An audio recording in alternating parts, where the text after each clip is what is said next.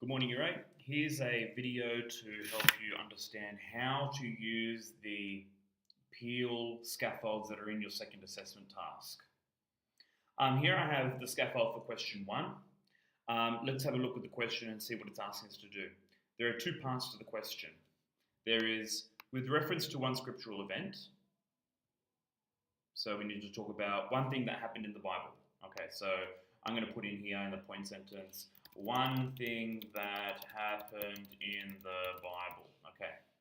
To describe how the attributes of God are revealed in the Bible. Okay, so I need two attributes of God. Okay, so they're the two things, and then I need to link it, two attributes of God, no, I won't put that in there. So I need two attributes of God, and I need to link it to the one thing that happened in the Bible that I've chosen. Okay, so, alright, so in my research, I'm going to do some research, blah, blah, blah, blah, blah, and I've found one thing that happened in the Bible. Exodus chapter 14, which is the parting of the Red Sea. Okay, that's when Moses brings the Israelites out of Egypt, and they've got to the Red Sea and like, oh no, Pharaoh's behind us, what are we going to do? And then God's like, oh, help me, God. And then God's like, hey, Moses, like, hold out your arms, and then I'll part the Red Sea for you. And so he held out his arms, and then this water went, and so the Israelites walked on dry land. The two attributes of God that I think that are shown in that scriptural event, that thing that happened in the Bible, are omnipotence and omnibenevolence. If you don't know what those two words are, it means your teacher has skipped a step, and your teacher needs to go to the Quizlet and drill what the attributes or the characteristics of God are. So attributes, just in case you've forgotten, characteristics of God. That's not how you spell characteristics of God. Yes. So two characteristics of God, omnipotence, omnibenevolence. Okay, so I have my stuff that I need for my answer. Now I'm going to write a point sentence. Oh, there's a bit missing from the... So I've developed a formula to help students write a point sentence. That's maybe purple. Okay. There's 5 steps to the formula, to the point sentence formula. Turn the question into a statement. Weave the stimulus. That's very advanced. You don't need to do weave stimulus yet. That's for Year 12. Year 12 use this formula. So you're going to learn it nice and early. So when you get to Year 12, you're not going to have any troubles. Don't worry about weave stimulus. I'm actually going to delete that. Use a conjunction. A conjunction is a little word that joins two sentences together, forces you to write more. Conjunctions are your friend. Answer the question with SSTs. Okay, and then name example. Here, the stuff that I just wrote here, what color are they? One is one color, the other is another color. What color are they? Have a guess.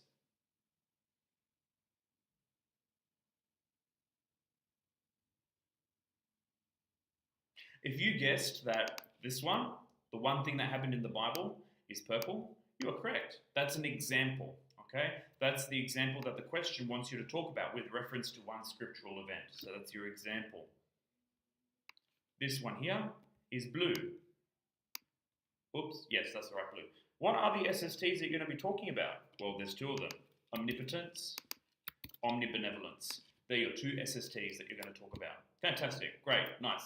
Now, how do we write our point sentence? Step 1, turn the question into a statement. Okay, so where's the question? This bit here is the question. You might be like, oh, but sir, what about with reference to one scriptural event? Well, that's kind of not really the question. It's a direction on how to answer the question. This is the question here. Describe how the attributes of God are revealed in the Bible. How do we turn it into a statement? We get rid of the question words. We get rid of the words that are asking you to do something. I'd like you to have a go at trying to point out which words in this sentence, in this question, are your question words.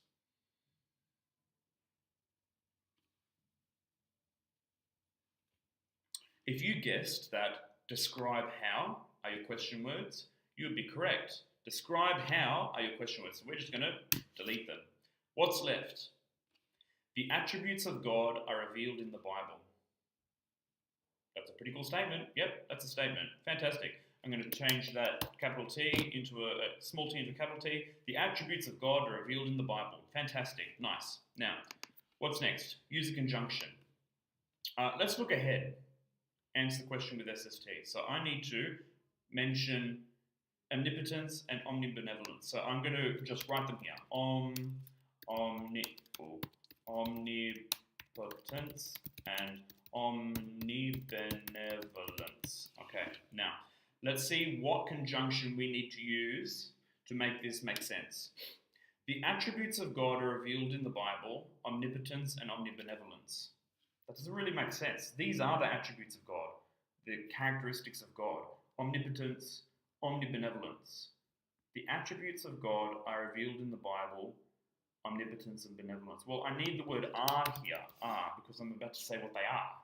So I need that word there, but there's another are here. What do I do? The attributes of God are revealed in the Bible are omnipotence and omnibenevolence. That doesn't sound quite right. How do I need to change this? Do you know? I think that I need to put that. The attributes of God that are revealed in the Bible are omnipotence and omnibenevolence. Wow, just one word changes the sentence and all of a sudden it makes sense. I'm going to change it to a little low. Great. So let's stop and let's color code. What's orange? This is orange. That's my statement, remember? There's my conjunction that I used. And here are my blue bits. Nice. Oh, that's not the right color blue. Let's choose the right color blue. Yes, that one. Right. Now, it's 9 o'clock. Oh, it's 9 o'clock in the morning. Name example is our last step. So I need to name the example. What's the name of the example? Exodus chapter 14. That's the name of my example. Okay, so let's put that in. Exodus chapter 14. Okay, so let's see if this makes sense. The attributes of God that are revealed in the Bible are omnipotence and omnibenevolence. Exodus 14. That doesn't work. We need something here. Excuse me. We need something here to make this make sense. Let's put which is displayed evident. I think that's a better word, which is evident in Exodus 14. Let's make that purple, because that's me naming purple, that's me naming the example. Let's see. The attributes of God that are revealed in the Bible are omnipotence and omnibenevolence, which is evident in Exodus 14. That's a great point sentence. Everything is there. Fantastic. We just need one little comma here. That's perfect. That's what a point sentence is. I take the question, I turn it into a statement. I use a conjunction here to help me to answer the question with my SSTs. And then, at the end, I tack on the name of my example. That's the perfect point sentence. Okay, great. What's next? Identify and explain at least two attributes of God. Okay, so this is me explaining what omnipotence and omnibenevolence are. So, I'm going to write some notes here. What is omnipotence? What is omnibenevolence? Okay, well, let's try and find that. Oh, well, I already know because I've done my research and I've done my classwork, so I know what those two words mean. All I need to do is explain it. So, but how to start? How do I start this? Well, the attributes of God are what's necessary for God to be God. God has to be omnipotent. God has to be omnibenevolent. So, in order for God to be truly God, okay, all right. In order, I've got an example here that I'm going to refer to. He must be omnipotent. He must be omnipotent. What does it mean? It means all powerful. Okay, there's a hyphen missing here. All powerful. Okay, all right. So what? Why? Let's answer why. Okay, because is a why word. Because or let's use otherwise. Otherwise, he would have been unable to create the universe. Yeah. Okay. Yep. Good. Fantastic. Okay. Likewise, which is a word which means also or in addition to. Likewise, God must also like use like God. Likewise, God must also. Likewise, God must be. Likewise, God must also be omnibenevolent. Okay, which means all loving. He must be nothing but love. Otherwise, let's use because here. Because if he wasn't, it would be possible to have someone more loving than he. And okay, more loving than he. Okay, because if it wasn't, it would be possible to have someone more loving than he, and we can't have that because God has to be the most loving. God has to be the most everything. Okay, so there's my explanation. And what does that link to in the point sentence? This is all my blue. See, it all links. Here, I'm taking my SSTs here, and I'm explaining them here.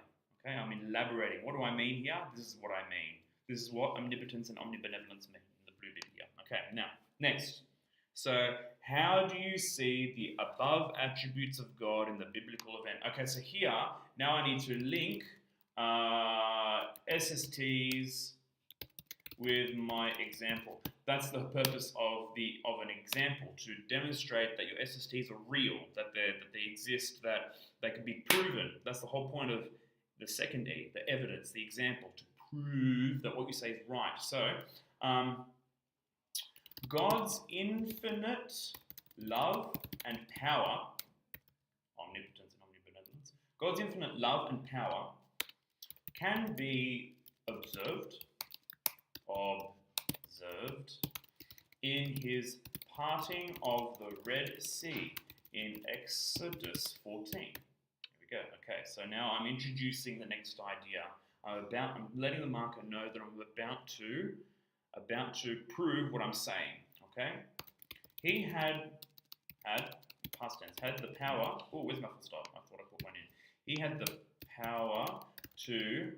He had the power over nature to make the impossible possible. And he did. Okay, so let's stop there for a moment. He had the power over nature to make the impossible possible, because if you can create something like the universe, then you have the power over the universe to change it if you like, since you made it out of nothing.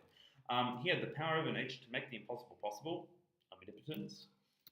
And he did it to save the Israelites from Pharaoh's army, who were approaching to return them to slavery.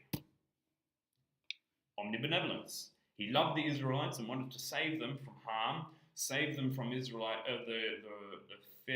Pharaoh's Egyptian army, who were coming to kill them and take what was left back to Egypt to put them back into servitude. So, hey, look at that.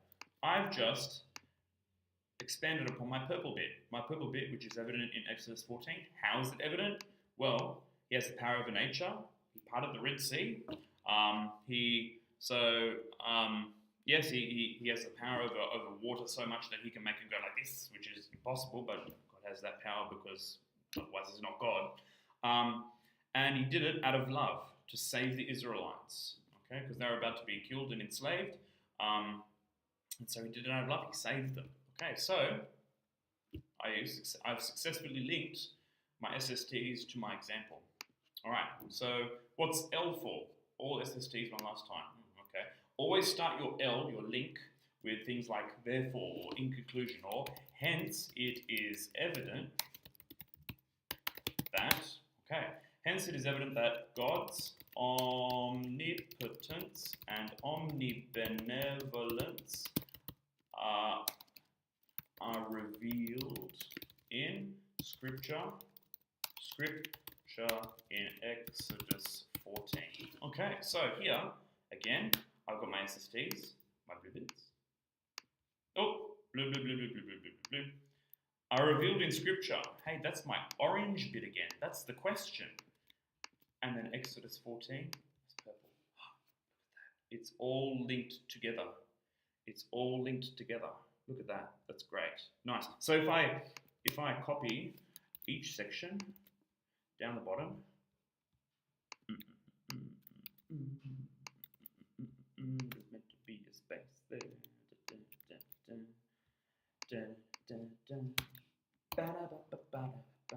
L needs to go at the end. Okay, there's meant to be a space there too. All right. So and then I guess just get rid of all the formatting. No, go away. And then, hey, look, it's a paragraph. How beautiful is that?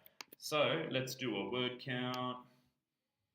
The word count currently sits at 129 words. 129 words. But it has to be 150 to 200. Ooh, not quite there yet. In order to get an A, you need to meet the minimum, okay? So where can we write more? Easiest spot to write more would be in your example. Give some context to the scriptural event. Say, well, what is the parting of the Red Sea? What happened a little bit before? Well, Moses was commanded by God to bring the Israelites out of Egypt, and Pharaoh said no, and tell the story, yeah? Tell the story of Exodus in a couple of sentences, and that gives nice context for you to start explaining why God did what he did, and how God demonstrated his power, and why God showed his love for the Israelites. And that will get you over that line when it comes to the word count, and that will ensure your A. So this is a example for you to refer to. Watch this video a couple of times if you missed anything, and yeah, this will also be included on your notification. Cool. That's it. All done. Bye bye.